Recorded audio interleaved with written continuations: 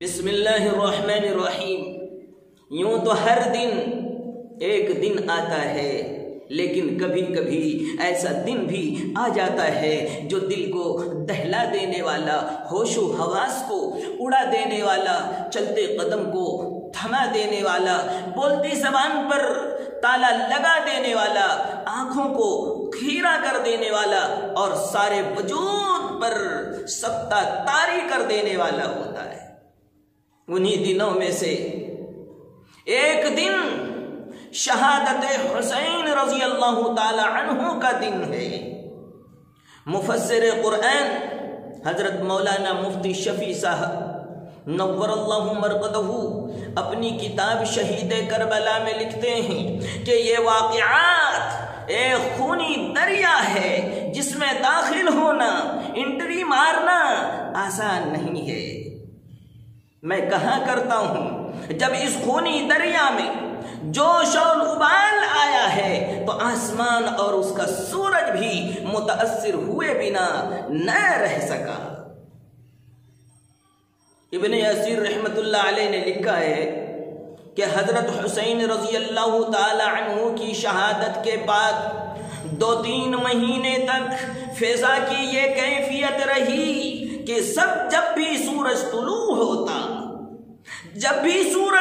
ہوتا اور اس کی دھوپ در و دیوار پر پڑتی تو اتنی سرخ اور اتنی لال ہوتی جیسے کہ دیواروں کو خون سے لپیٹ دیا گیا ہو، یا دوسرے لفظوں میں یوں کہہ لیں کہ خون سے پینٹ کر دیا گیا ہو۔ یہ ایسا دردناک واقعہ تھا کہ زمین و آسمان، سورج اور ساری مخلوق کا کلیجہ ہل گیا۔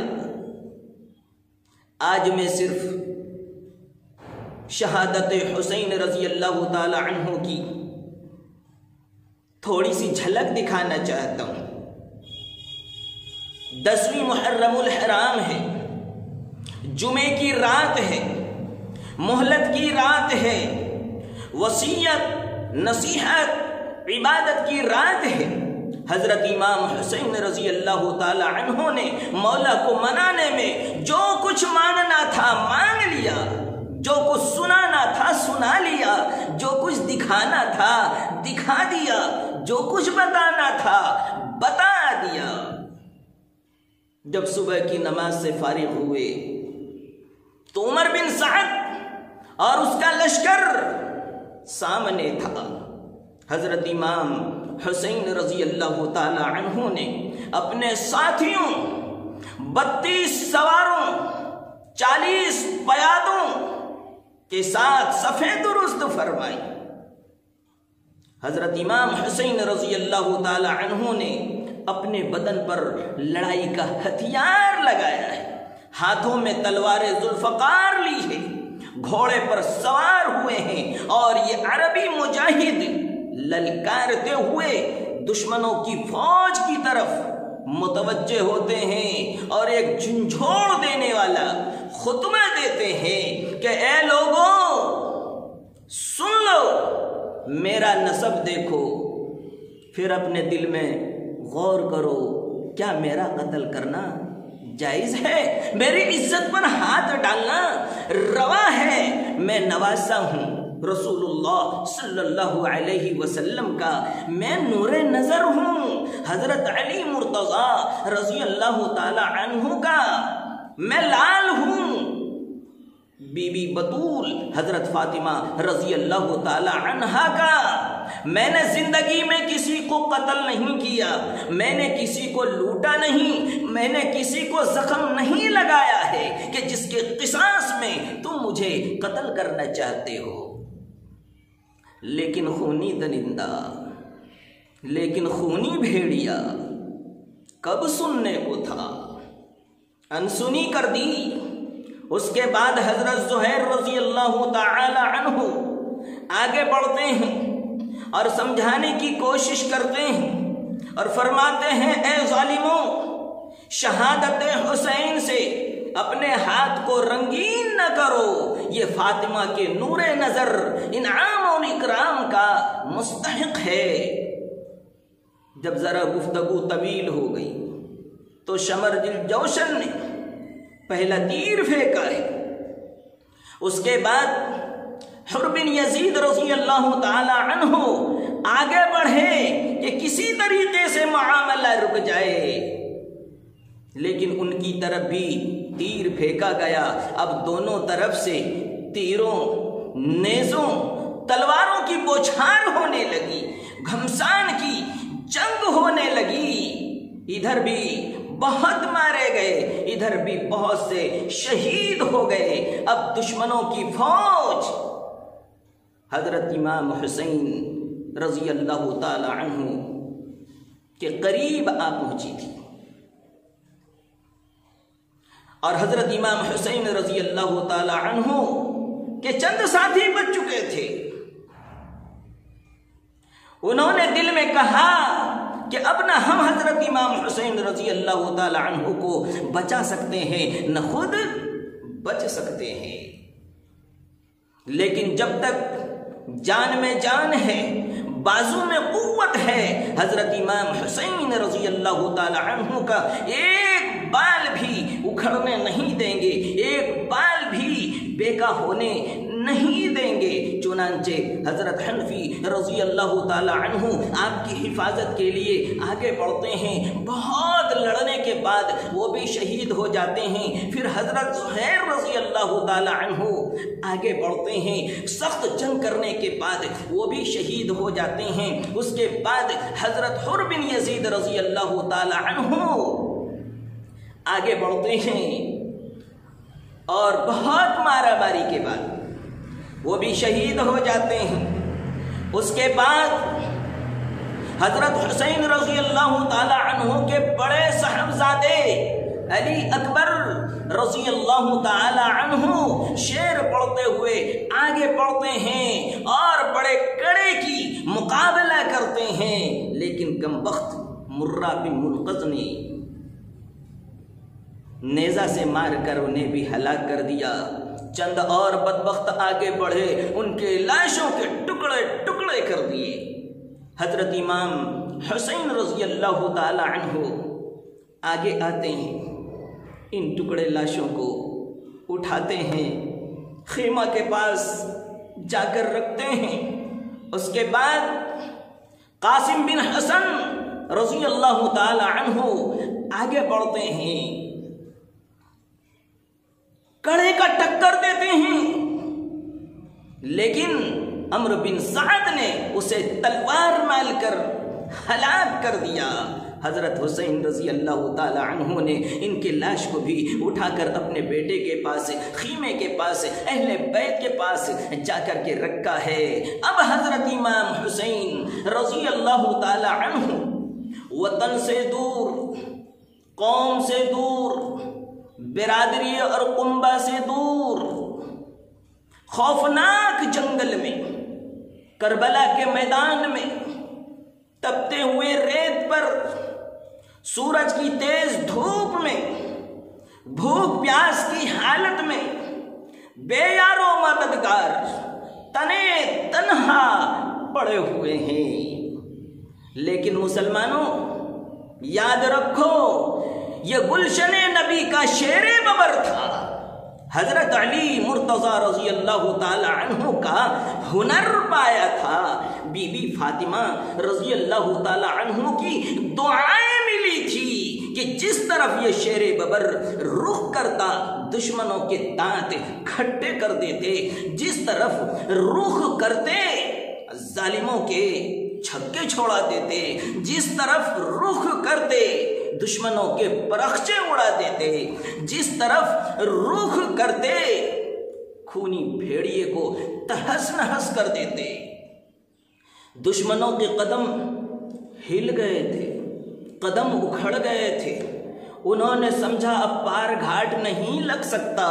اتنے میں قبیلہ کندہ کے مالک بن نصیر نے زور سے آپ کے سر پر تلوار سے حملہ کیا اور آپ شدید زخمی ہو گئے. اپنے بیٹے، سب سے چھوٹے بیٹے حضرت عبداللہ رضی اللہ تعالی عنہ کو بلایا ہے گود میں بٹھایا ہے، سر سے خونوں کی برسات ہو رہی ہے، باپ بیٹے خون سے رنگین ہیں۔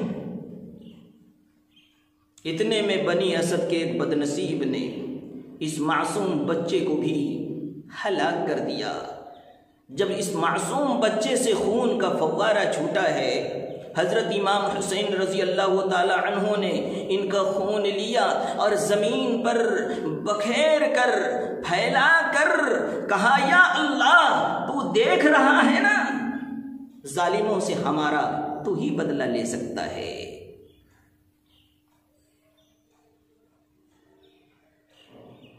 اس عالم میں حضرت امام حسین رضی اللہ تعالی عنہ کی پیاس حد کو بڑھ چکی تھی، بھوک حد سے بڑھ چکی تھی۔ تلوار سوتا ہے، گھوڑے کو ایڑ لگائی ہے، 20,000 لشکر کو چیرتے پھاڑتے دریائے فرات پر پہنچے ہیں۔ جیسے ہی پانی پینے والے تھے، حسین بن نمیر نے نشانہ لگا کر جو تیر مارا ہے، آپ کے لب مبارک پہ آ کر تیر لگا ہے، خون کے فوارے چھوٹ گئے۔ پہلے سر سے چھوٹ رہے تھے، اب لب مبارک سے چھوٹ رہے تھے۔ جس لب مبارک کو میرے نبی نے چوما تھا، جس لب مبارک کو میرے نبی صلی اللہ علیہ وسلم نے بوسہ دیا تھا، آج دشمنوں کے تیر سے خون کے فوارے چل رہے ہیں۔ حضرت امام حسین رضی اللہ تعالی عنہ نے اس وقت دعا فرمائی کہ یا اللہ، اس خوفناک جنگل میں، کربلا کے میدان میں، نبی کی بیٹی کے فرزند کے ساتھ، فاطمہ کے لخت جگر کے ساتھ جو کچھ ہو رہا ہے تو دیکھ رہا ہے، ان ظالموں کو ایک بھی نہ چھوڑنا، ٹکڑے ٹکڑے کر دینا، کسی کو باقی نہ رکھنا۔ حضرت امام حسین رضی اللہ تعالی عنہ دلیری کے ساتھ لڑ رہے تھے۔ شمر دل جوشن نے سمجھا کہ اکیلے اس کا مقابلہ نہیں ہو سکتا، یہ تو ایسا شیر ہے کہ لاکھوں اربوں خربوں کو بھی اکیلے تلوار کے گھاٹ اتار سکتا ہے۔ اس لیے اپنے فوجی کو حکم دیا کہ چاروں طرف سے حملہ کرو۔ جب چاروں طرف سے حملہ کر دیا گیا، تلواروں پر تلواریں لگ رہے ہیں، نیزوں پر نیزے لگ رہے ہیں، زخموں پر زخم لگ رہے ہیں، خون کے فوارے چھوٹ رہے ہیں، پھر بھی دلیری کے ساتھ اسلام کا مجاہد، اسلام کی حفاظت میں، سنت کی حفاظت میں، دھرم کی حفاظت میں، اللہ کو راضی کرنے کے لیے، نبی کو راضی کرنے کے لیے، جنت اپنانے کے لیے، آخرت بنانے کے لیے مردانہ وار مقابلہ کر رہے ہیں۔ لیکن ایک شیر ببر کب تک ہزاروں کتوں کے ساتھ لڑ سکتا ہے؟ بالآخر ایک تیر آپ کے پیشانی پر آ کر کے لگا ہے، خون کے فوارے چھوٹ گئے ہیں، کمزوری کی بنیاد پر گھوڑے سے زمین پر آ گرے ہیں، شمر دل جوشن آپ کے سینے پر سوار ہو جاتا ہے۔ حضرت امام حسین رضی اللہ تعالی عنہ نے شمر دل جوشن کو اپنے سینے سے دھکا دے دیتے ہیں، کہتے او ظالم اتر جا، نماز کا وقت ہو چکا ہے، مجھے مولا کو منانے دے، مجھے مولا کو راضی کر لینے دے، نبی پاک علیہ السلام پر درود بھیج لینے دے۔ چنانچہ ظالم اتر جاتا ہے، نیت باندھتے ہیں، جب اپنا سر مبارک اللہ کے قدموں پر رکھتے ہیں، اس ظالم نے حضرت امام حسین رضی اللہ تعالی عنہ کے سر مبارک کو تن سے جدا کر دیتے ہیں۔